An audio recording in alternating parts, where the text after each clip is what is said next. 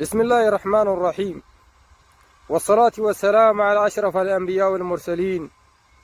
أيها الإخوة والأخوات، سلام الله عليكم جميعا. أوصي نفسي وإياكم بتقوى الله عز وجل، والابتعاد عن الحرام، والابتعاد عن الزنا، والابتعاد عن أكل أموال الناس بالباطل، والابتعاد عن الكذب والنفاق. أيها الإخوة والأخوات، إن الله عز وجل قادر أن يفعل كل شيء. الله عز وجل هو الذي خلقنا وخلق السماوات والأرض. أيها الإخوة والأخوات، أوصي نفسي وإياكم بالتمسك بالتوحيد، لأنه توحيد أمر عظيم، لأنه توحيد أمر جميل.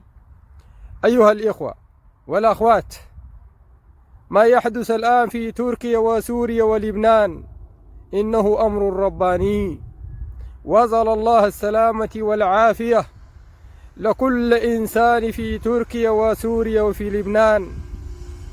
أيها الإخوة والأخوات، ما يحدث الآن من زلازل في تركيا وسوريا ولبنان، اللهم اجعله عبرة لمن لا يعتبر. أعوذ بالله من شرور أنفسنا وسيئات أعمالنا. أيها الإخوة والأخوات، توبوا إلى الله عز وجل وسيروا في الطريق المستقيم، لأنه والله مخافة الله عز وجل أمر عظيم وأمر جليل. فكثير مننا أصبح لا يخاف الله عز وجل، ولكن تذكروا تماما إن الله عز وجل قادر على فعل كل شيء، وقادر على إرسال آياته ليطبقها في من لا يخافون الله عز وجل. أيها الإخوة والأخوات، ما يحدث الآن من زلازل ومن زلزلة للأرض تذكروه، موجود في القرآن الكريم في سورة الزلزلة. يقول الله تعالى: بسم الله الرحمن الرحيم: إذا زلزلت الأرض زلزالها وأخرجت الأرض أثقالها وقال الإنسان ما لها يومئذ تحدث أخبارها. صدق الله العظيم.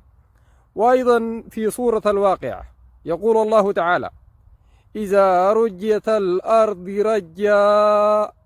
ما يحدث الآن أيها الإخوة والأخوات من اهتزاز للأرض ومن رجا للأرض، فوالله موجود في القرآن الكريم، موجود في القرآن الكريم. فتوبوا إلى الله عز وجل وسيروا في الطريق الذي يرضي الله عز وجل. أبعدوا عن ظلم الناس، أبعدوا عنا الحرام، أبعدوا عنا الفواحش، وحفظ الله الجميع في كل الأرض من مشارقها إلى مغاربها. السلام عليكم.